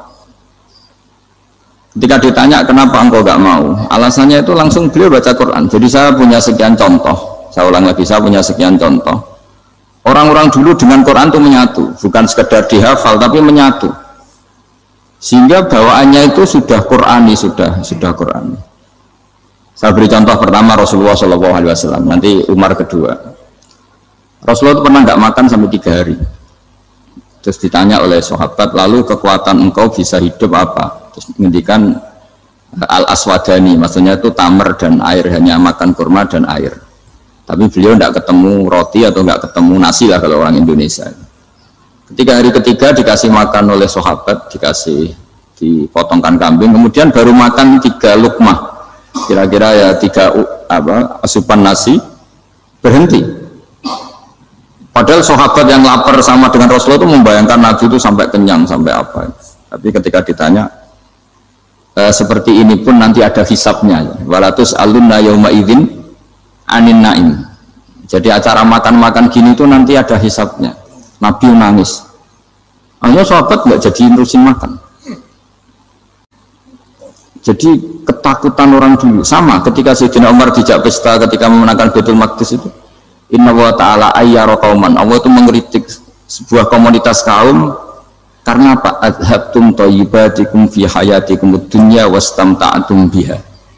Kamu adalah orang-orang yang jatah nikmat kamu sudah kamu habiskan di dunia. Adhabtum itu kalian habiskan jatah kenikmatan kamu di dunia. Wastamta'tum biha, kamu di dunia sudah berpuas-puas. Maka jatah Anda sekarang di akhirat habis. Sehingga Sayyidina Umar enggak mau pesta-pesta karena takut jatah nikmatnya habis. Kata beliau terus astabqi thayyibati, akan saya sisakan sisi-sisi kebaikan saya supaya tidak habis. Corong Jawa itu aja dientek-entekno biar jatahnya masih. Sehingga di dunia kiai itu ya meskipun saya akrab bupati, akrab mungkin wakil gubernur, saya itu ya jarang ketemu. Karena kalau orang Jawa bawaannya ketemu ya makan-makan, guyon-guyon. Nak keterusan ras temu swarga. Ya, jadi itu ilmunya kiai. Nah, efek dari ilmu ini dahsyat. Kalau Anda berpikir tentang nasib Anda di akhirat, nanti bawaannya juga tidak akan mudah menyalahkan orang lain, tidak akan menghakimi orang lain karena sibuk dengan dirinya sendiri, tapi tidak dengan makna egois, tapi makna orang baik itu siapa? Orang yang sibuk dengan aib pada dirinya, dengan kekurangan pada dirinya, saking sibuknya mikir aibnya sendiri, tidak sempat mengoreksi aibnya orang lain. Itu awal ilmu. Ilmu itu tidak dimulai dari larangan. Kalau larangan karuan, tidak termasuk ahli surga orang yang suka mengadu domba, tidak termasuk orang baik yang cari kesalahan orang lain. Itu namanya pelarangan. Tapi ilmu itu di atas nahi, di atas pelarangan itu. Kamu punya kesadaran bahwa kamu itu yang penting selamat dulu, jangan memikirkan orang lain. Dengan makna bukan egois, tapi dengan makna supaya tidak menyalahkan orang lain.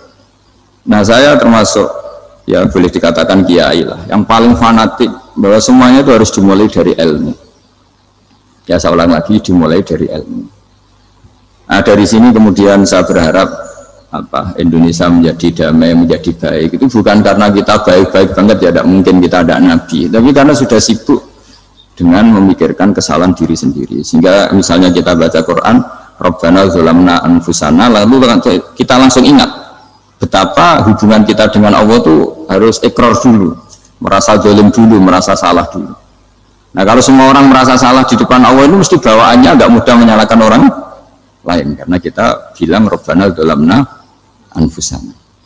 Nah, itulah ilmu-ilmu yang mungkin banyak pembaca Quran tapi hanya baca, atau kalau baca ini tok disebut al-haqi, ahli cerita.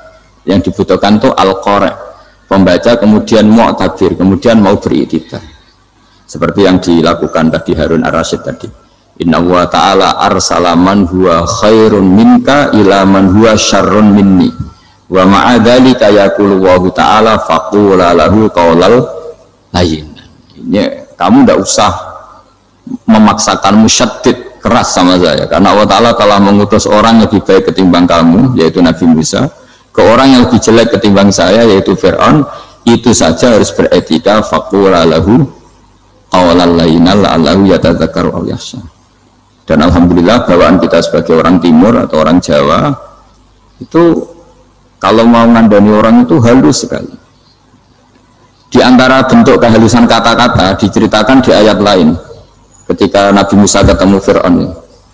Dawuhnya begini, fakul apa itu yang di juz 30 yang juz 30 ini yang bagian dari, kan tadi hanya fakul lahu qaulal layyinan. Lahu qaulal layyinan itu bentuknya apa? Ya, bentuknya apa? Itu Nabi Musa disuruh ngendikan sama Fir'aun. Apakah kamu mau saya nasihati? Fakul halaka ila antazakka. Halaka itu pilihan, hal itu istifham, laka itu otoritatif. Jadi betapa santunya kalimat itu, fakul halaka ila antazakka. Jadi kalau dimaknani model Pak Hafid, model saya ngaji di sarang itu, halaka onoto iku kedue sira, berhak bagi kamu, berhak bagi Anda. Apakah Anda berhak loh mendapat nasihat supaya Anda jadi orang yang lebih baik? Halaka ila antazakka. Jadi tidak kalimat perintah, tapi kalimat pilihan. Apa engkau mau saya beri nasihat? Wahdiyaka ila rabbika fatakhsha. Dan saya beritahu kamu tentang Tuhan, dan kemudian kamu menjadi orang yang baik, fatakhsha, orang yang punya khasyah, punya. Jadi kayak apa kalimatnya itu? Napa jenengan kersa? Itu kalau orang Jogja, orang-orang daerah-daerah yang berada, ibu tamu itu kan, ayo makan-makan, itu kan kayak tamunya itu kelaparan. Masa Pak Yusuf Mansur kelaparan? Tidak mungkin kan. Masa Ustaz terkenal kelaparan? Tidak mungkin gitu. monggo napa jenengan ngersakno. Karena bisa saja tamunya itu tidak kerso, mungkin karena darah tinggi, mungkin karena takut dianggap fakir miskin, macam-macam kan orang enggak. Itu kalimatnya itu halaka ila anta zakka. Kayak apa indahnya dakwah. Halaka ila anta zakka. Itu ada kata laka itu ya terserah jenengan mau enggak? Wa ahdiyaka ila rabbika fatakhsha. Nah, itu yang disebut membaca. Kunta qori'an lahagian. Anda benar-benar membaca Quran, bukan sekadar pencerita. Ya karena saya kiai, jadi kalau kiai itu kan ingatnya sama Allah aja. Kalau sama manusia tuh rontok-rontok lali gitu. Itu bukan memaksa, ya memang lupa. Sejauh mana sih pentingnya manusia kan nggak penting cara ilmu tasawuf itu. Tapi karena ini titipan Rasulullah SAW terus menjadi penting kan. Dititipi umat ya jenengan itu yang ya, sudah ngaji ngatur kiai ribet itu. Kiai ini biasa ngaji kan, kiainya yang ngatur, santri ini enggak. Pak Yai ngaji tanggal ini jam ini. Itu kan mengabaikan semua aktivitas kiai. Padahal jam ini mungkin saya punya jam.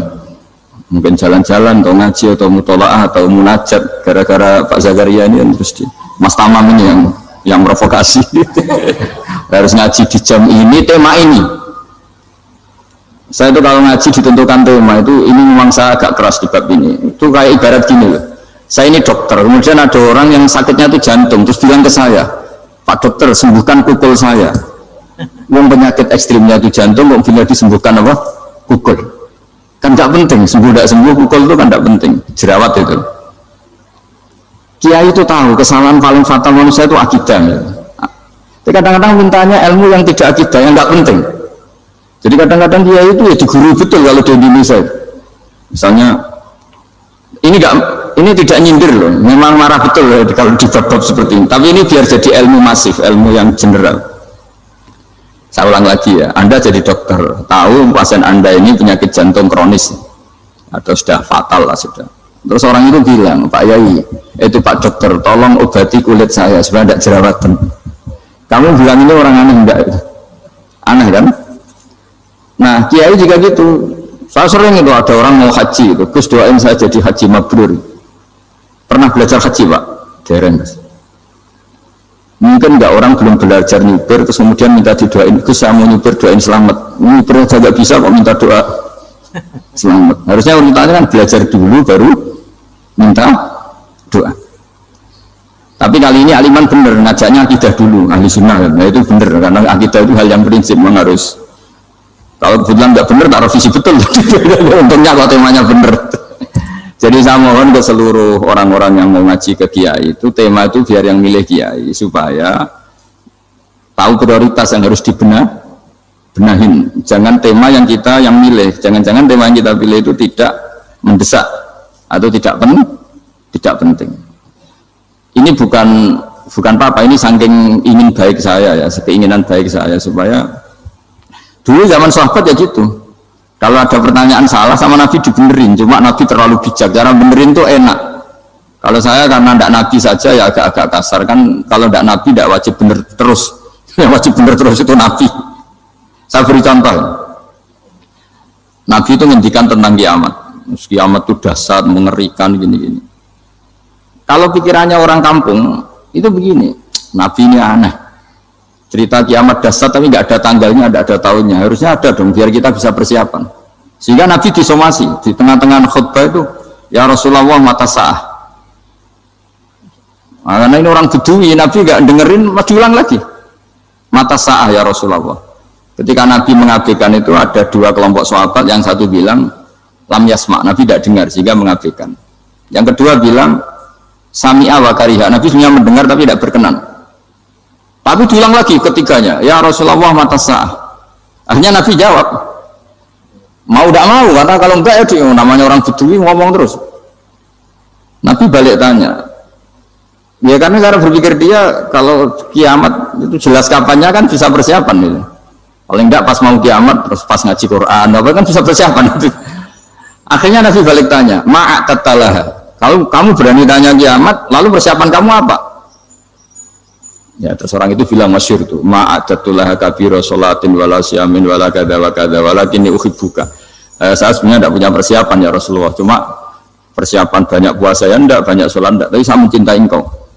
Masyhur itu jadi hadis paling legenda, almar'u ma'aman ahabba, sebagian disebut anta ma'aman ahbabta.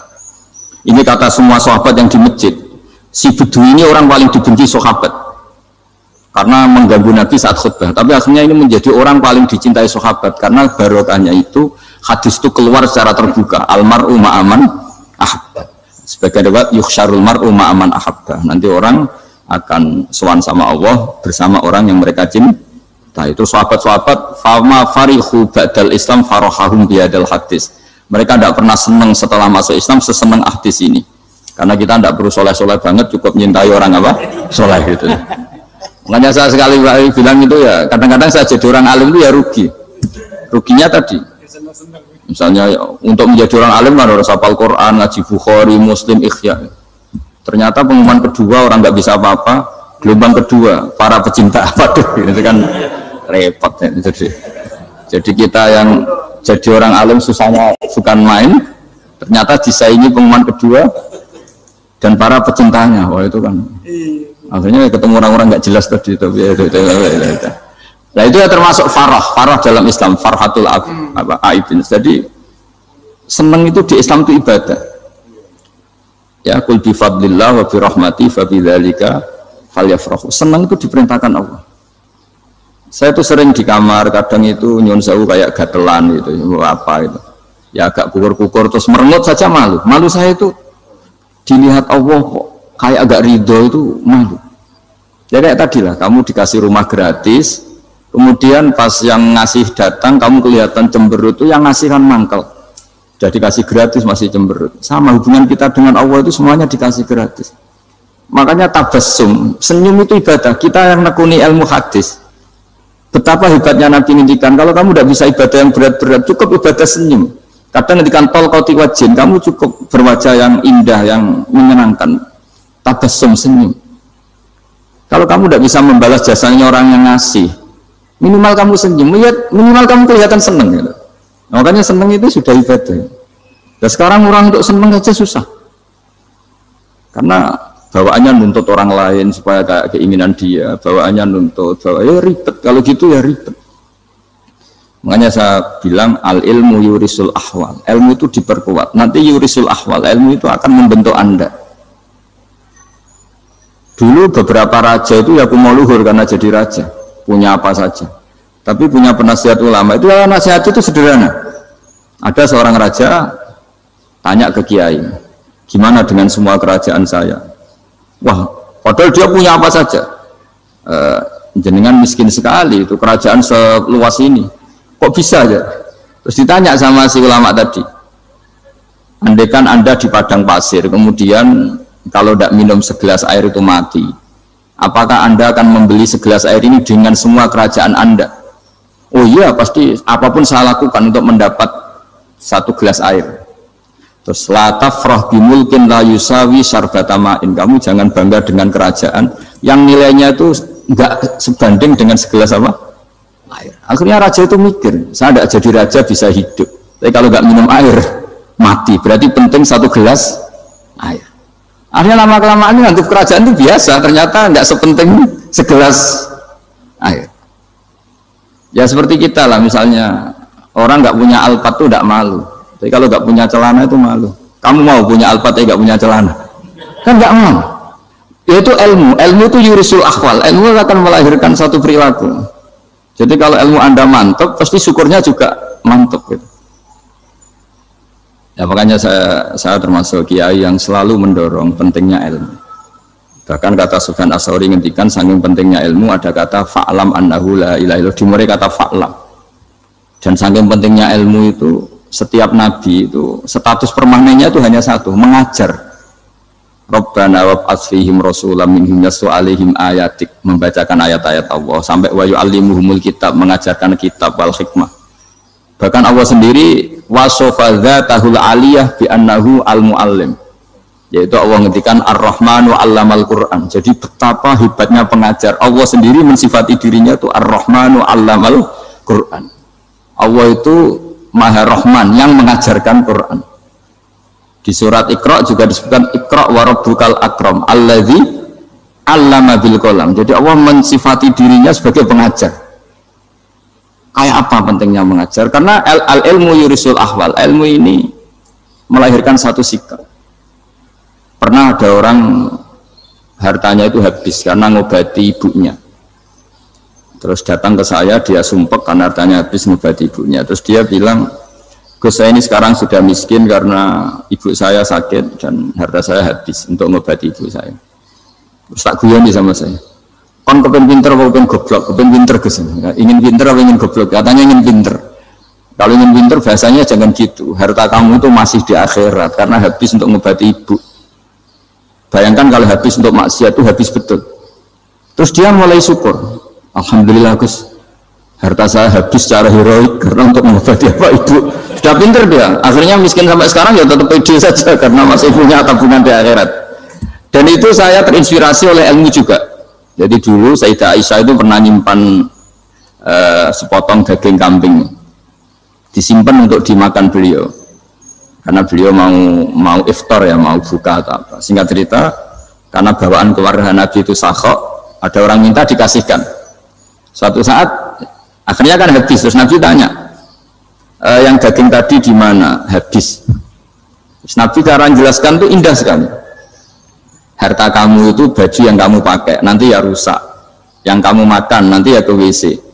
Wa tasaddaqta fa abqaita. Memang di semua riwayat itu pakai dhamir mukhatab mudzakkar, meskipun asal usul riwayat itu untuk Sayyidah Aisyah karena untuk umum. Yang kamu sedekahkan tuh yang masih, kamu jangan bilang kamu sedekahkan tuh yang habis, yang kamu sedekahkan tuh yang masih. Misalnya saya punya uang 1 miliar misalnya, terus pernah tak sedekahkan ke fakir miskin atau ke kiai atau ke pondok 100 juta, itu yang mesti masih, karena kadung di luar kekuasaan kita. Kadung lillahi ta'ala. Justru yang masih itu yang potensi nanti untuk hal-hal yang kurang positif. Semenjak itu orang sedekah itu begitu entengnya karena itu yang masih. Ya tapi tentu sarannya yang tepat ya. Saya sekarang sering kampanye sedekah tepat karena misalnya sering saya itu didatangi orang kaya. Gus, saya ini punya uang banyak, ingin punya masjid biar dipakai orang Jumatan. Terus saya bilang, kamu ingin jadi orang baik betul apa baik versi Anda? Baik betul Gus. Tak ajarin mau, nggak tersinggung, mau Gus. Kalau Anda bikin masjid di kampung Anda, masjid terbaik di dunia sekalipun, yang bingung saya ahli fikih. Kok bisa? Kan terjadi 2 Jumatan, nanti sahnya yang mana? Kamu enak aja bikin masjid, gak? Kamu bikin masalah baru bagi fikih di daerah kamu. Belum nanti orang terus migrasi ke masjid Anda karena lebih baik, koriknya lebih baik. Kamu membunuh masjid yang lebih tua, itu nggak sopan sekali, masjid itu sudah lebih tua kamu. Akhirnya mikir. Nggak usah Gus kalau gitu, sedekah apa saja yang penting perintah jenengan gimana ya sih. Jadi sedekah itu juga harus dibina supaya kalau orang kan bisa saja kan uang 100 juta itu untuk fakir miskin manfaat, ternyata untuk masjid yang sifatnya aksesoris, untuk lampu yang kristal yang mahal-mahal bukan yang pokok. Itu pentingnya ngaji ya. Jadi lagi-lagi al ilmu yurisul ahwal. Ilmu itu melahirkan satu sikap. Jadi ketika ada masjid baru, kalau orang nggak bisa ngaji fikih, wow ada masjid baru, masjid banyak.